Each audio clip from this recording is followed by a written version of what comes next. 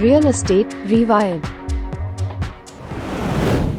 Welcome to Real Estate Rewired with Gus Waite, AI with a Heart, where we're in the process of talking to 100 real estate professionals to find out what's working, what's not working. Are they using AI? If so, how's that going? And today I couldn't be more thrilled as we both sit in freezing 8 degrees in Illinois and 21 degrees here on Cape Cod with Marzena Castillo of Bird Warner. How are you today? I'm good. I'm happy I'm inside because outside is freezing cold. So I'm good. Exactly. Inside, yes. So I always love to start with, how did you get into real estate? What about it, excited you? What was your journey? How long have you been doing it, et cetera? So I've been doing this for 6 years, pretty much exactly 6 years. And what got me into real estate, I moved a few times in my life. And the last few moves, my friend Shannon, who I'm still friend with, she was our realtor. And I found that pretty cool, although I only thought it's, opening houses and things like that. I saw the pretty side. Now when I'm in the business, there's so much more into this business, into being successful, or, it's more than just opening the door. So it's a misconception of a lot of people. Got it. And what was it initially that you loved about it? Like, what was the hook where emotionally you went, wow, I could see myself doing this? I think working with people. I'm definitely a people person. I did work in a cubicle. I did work in a bank for some time, for a few years in my life, and I did not like that. I am a people person. I like crazy schedules. I don't like the 9-to-5 jobs. So I think that's what brought me in, and I love looking at homes. So this is really amazing. Just go seeing homes and getting ideas for your own place as well. Yeah. So you love the people, you love the homes, and let me ask you this, because moving is such an emotional process. Very. Right? And it's tied to your identity, and it's, you have what you want, what you think you want. So how do you manage people's emotions as they go through that journey, whether it's losing a house that they really wanted, or the process of maybe a couple who one person really wants a huge backyard and the other person, the most important thing is a updated kitchen. Yeah. And so how do you find yourself navigating that emotional landscape when it comes to working with clients? That's a very big question. So on my initial appointment, when I sit down, if it's a couple, they agree, but most of the time one person wants one thing, the other one wants something different. So the most important thing, I think, is to tell them there's no perfect, and they will need to compromise somehow. So that's what I'm telling my clients. With losing the house, working with buyers, my saying, and every single buyer will tell you, and they appreciate that actually, I always tell them, well, it didn't work out for a reason. The right house is waiting for you, and it will happen. It will happen regardless. So the losing house is not so bad. I feel like the most emotional part of this is working with sellers who lived in a house, who are very emotional about the house when we are selling. That's a hard one, and that's when I usually tell them, let's take day by day, little by little, because it is overwhelming. If someone lived in a house for 20 years, that was my last sale, there's a lot of things going on in the house, not just emotion, but things, like physical things. So I talk to them, I educate them, and that's my approach. And so far I found people being happy with how I communicate with them. But real estate is very emotional. It's emotional for me as well. Me not getting on a house for my buyers. It's hard, but I am not going to show my emotions to my clients. I'm going to tell them with 100% positivity, there will be a next one house ready, the right for you. Now, let me ask you this, because this is what my experience is over time, you've been in this business 6 years, you develop technical competency, right? Like the ability to put together a tour, the ability to understand the financing, the pre-mortgage, the sales process, the attorneys, all of those things. And most real estate agents or brokers who are in the business at least 5 years have that competency. So what is it that you think that you bring to the table that is a draw to the people that you work with? In other words, what is it that you're bringing that's unique to you? Well, it's me. I'm unique. Everyone is unique. So that's the beauty of the business. I will not connect with everyone, but I will connect with some people. What I bring, I think, first of all, positivity, and second of all, communication, transparency. I'm not going to hide things from my clients, especially with buyers. When I go for showings, I tell them how it is. I point things that I see from my eyes because I see more homes than regular buyer, regular person. So people appreciate the honesty, because if I see leaks or some damage anywhere in a walls or ceiling, I will point it out. And regardless of the perfect location, they need to be aware what I see, because you see, when people come for open houses or for the first showing, it's very emotional. Barely anyone remembers anything from that house besides maybe, oh, the kitchen was so pretty, but they don't remember the ages of mechanicals, the age, how the windows, did they look good or not? So I always encourage my buyers, let's go back one more time. After open houses, let's go one more time. And people appreciate that, because really it is emotional. You don't remember a lot of things. So I think how I am different, so definitely me being me having my accent and screwing up words all the time, which sometimes it's really funny. And with sellers, I find that they really like that I am not scared of putting myself out there with the videos, with social media, and just pushing until we sell. So yeah, I think people, if you like me, you like working with me. It's just not everyone will like everyone. So. Exactly. Yeah. So then it's interesting, because as a real estate broker agent, you're running your own business, even if you're working within a firm, right? Yep. So in your own business, what technology are you using that you find helpful? And has anything changed in the last 5 or 6 years in terms of what you're utilizing to get you in front of more people that really want to hire you to sell or buy a home? Oh, technology. I love it, and I'm scared of it. When I started, I did not do any videos. I was terrified of that. I would just put some posts here and there. And within last, I think, 2 years, I really started pushing towards videos and being out there, because let's be honest, we are not going back to books filled with homes for sale. We're not going there anytime soon. So everything is on social media, and I feel like more people see me doing what I'm doing. They will get to know me more. And what am I using? Definitely, Facebook, Instagram, TikTok, YouTube, ChatGPT, Gork, things like that help me definitely putting content together. I love having teleprompter. So when I do my videos with some real estate tips, I don't remember those. I cannot remember things. So it's amazing how the technology works, because you barely can see. I'm reading that, so that's awesome. There is so much technology and so much AI. Like beginning of this year, I really wanted to buy another program, and I'm glad I didn't, because this is my own business. I sometimes don't even do what I plan to do that day. So I feel like if I put myself into paying monthly and putting more into it, it wouldn't pay off.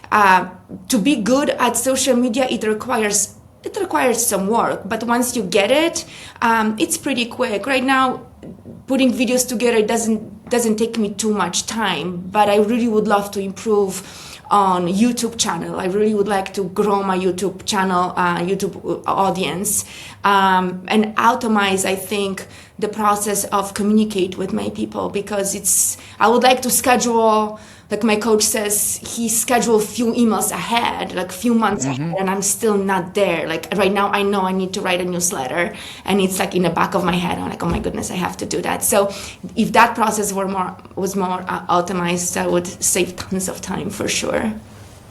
See, it's interesting, and I'd be curious, and I'm glad that you didn't purchase that program. So, this is the question I have for you. Where I'm at with AI is I feel like AI can turn what you love into a superpower and take what you hate off your plate. Yeah. Right? And what I'm finding is that if these tools are used just to magnify the current dysfunction, in other words, if it just becomes another thing on my to-do list, then it actually adds to the chaos and it doesn't actually benefit me. And so what I'm finding is, and I guess this is a question for you, do you ever take a step back and go, okay, how do I really want to spend my time? Like, what part of this business is the part that really fires me up, that I love? And what parts of this business could AI do for me behind the scenes where I'm actually not doing anything more? No. Have you ever thought of it in that way? All the time, really, because yes, I work for myself. Yes, I'm in a brokerage, but no one is giving me anything. I need to find my own clients. So I thank God that I am somehow organized and motivated in my head, because every night before the next day, I pretty much know what I will be posting. I know what I will be doing. So that's good. But at the same time, life is there, and I have two kids. So because I cannot even finish what I started the day before, and having somehow the AI or some sort of technology help me with this, that will be lifesaver. But at the same time, I know it also depends from me, because if I have to do it, I have to spend time to figure those things out, just like with my videos. Like before, it would take me forever to put few clips together. Now it's literally like I'll come for open house a few minutes before, shoot some videos and record myself, and it's within 10 minutes it's done. But it's time. You learn that, and I am right now at the stage I need to learn more, because again, I want to have more time. I really sometimes I find myself 7-8 p.m. I'm still doing things. I'm still doing my emails or scheduling posts for next day. So yeah, the automatization would be amazing to have.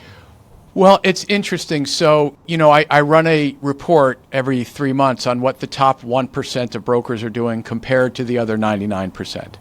So I just kind of want to go through some of the areas that they're really good in and sort of see where you match, how that is for you. So one of them is the speed to lead.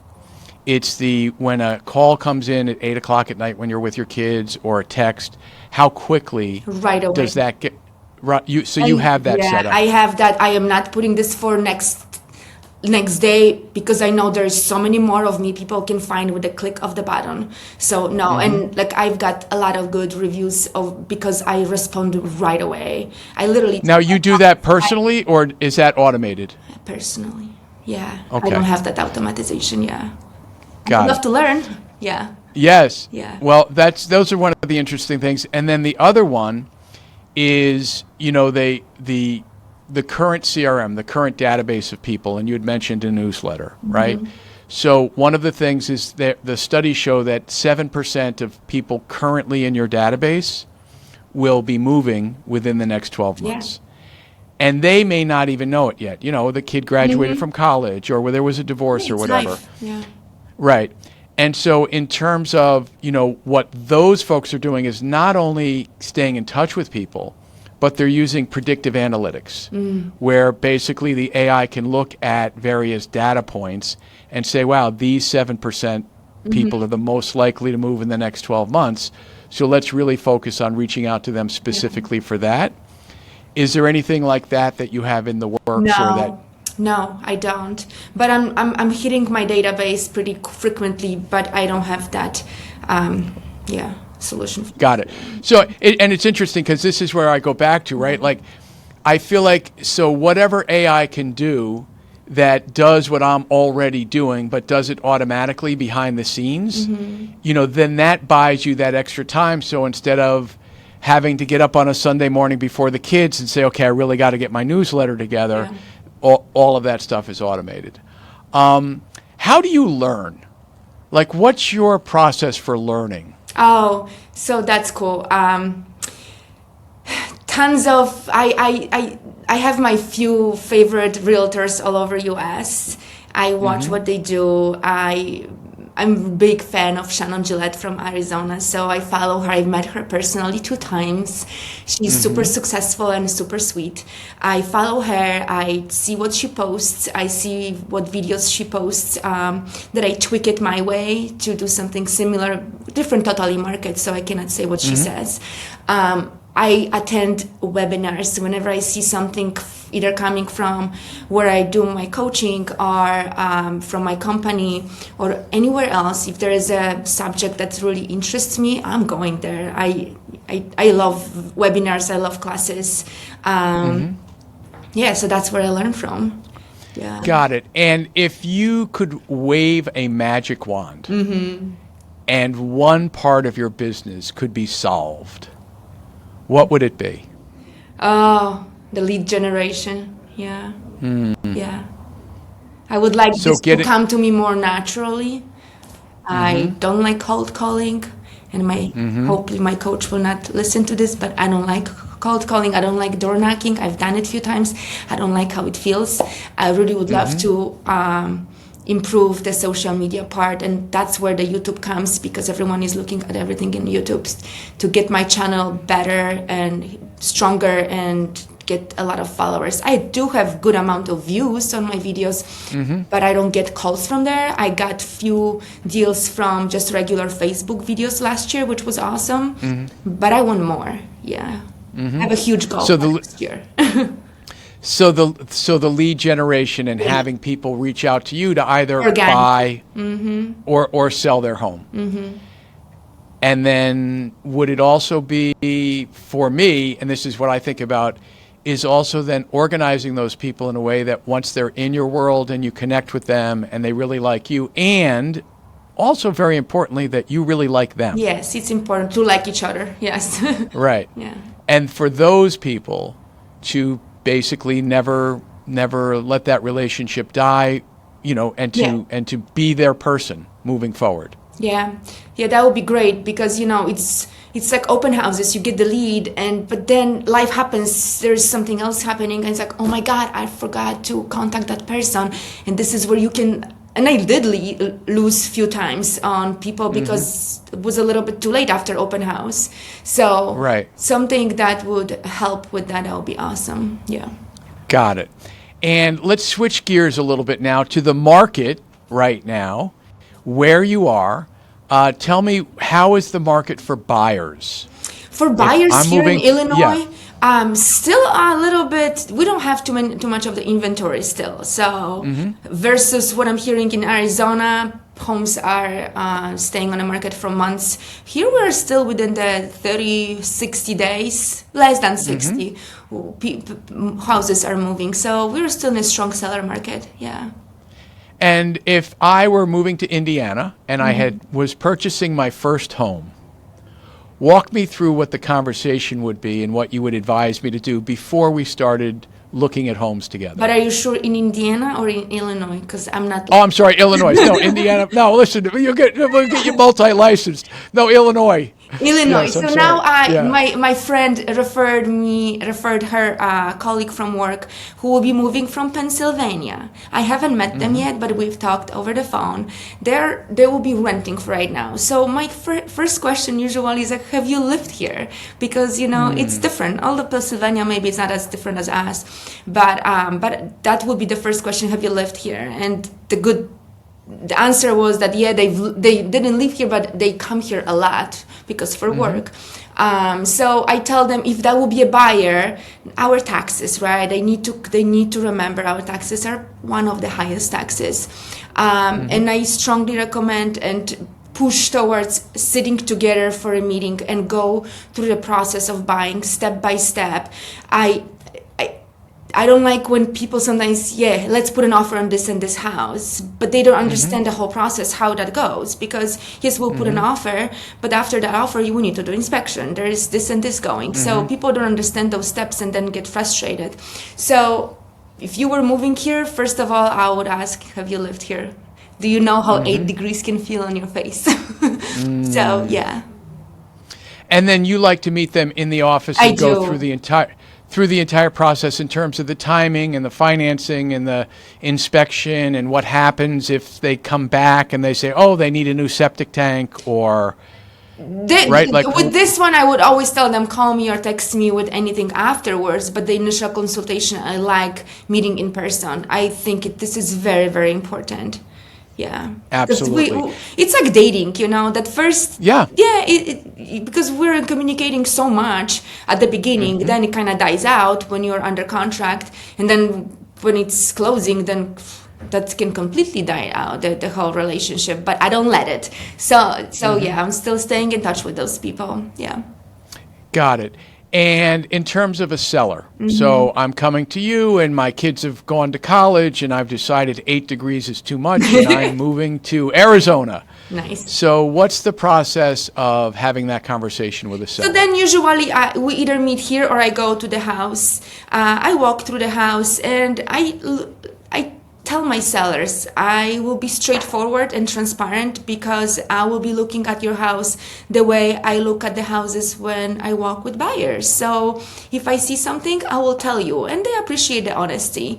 So it's usually first time I will walk around the house, then we will sit and I will ask why. You need to know why they're moving, why they're selling, the time frame, where they're going next. Are they buying and selling here, or like as you said, they're moving to Arizona? Did they already talk to someone with the agent on the other side? Or do they need someone? Because I can find an agent for anyone, anywhere in the US, because I will do my own research and I will find the best of the best. So the initial consultation is very important. For sellers, I feel like the numbers, they all always want to go straight to the numbers, the commission and what we're gonna list the price. And I come with some sort of documentation showing what's sold around and explaining buyers are really educated these days. Everything is online. You can find when the house was bought and they can see if anything was done in this house or not. So sellers are emotional about selling the house, but are also emotional about the price. And this is where we have to kind of put them down a little bit, because pretty much every seller thinks their house is worth way more than it usually is. So, yeah. Yeah, and I find it ironic because the buyers know way more about the inventory than the sellers, because the sellers aren't out there looking at 10 or 15 houses. And so they really are comparing those to these other ones and go, well, gosh, if that one was $450,000, why they think they should get $500 for this? I mean, this has one less bedroom. That's what I'm saying. Buyers are really smart and educated. Yeah. And when I work with buyers and they like the house, I will always send them all the CMA or all the comparison, what's sold around in the same price range, the same neighborhood, because again, sometimes sellers are a little bit unrealistic with what they want. Yeah. Right, absolutely. Well, this has been a wonderful conversation. You were very flexible this morning as my snowstorm delayed our getting on this podcast. And it's been absolutely delightful. How do people get in touch with you if they're looking to purchase where you are? My phone number is 773-516-1541, and Instagram is MarzenaCainRealtor.com. Fantastic.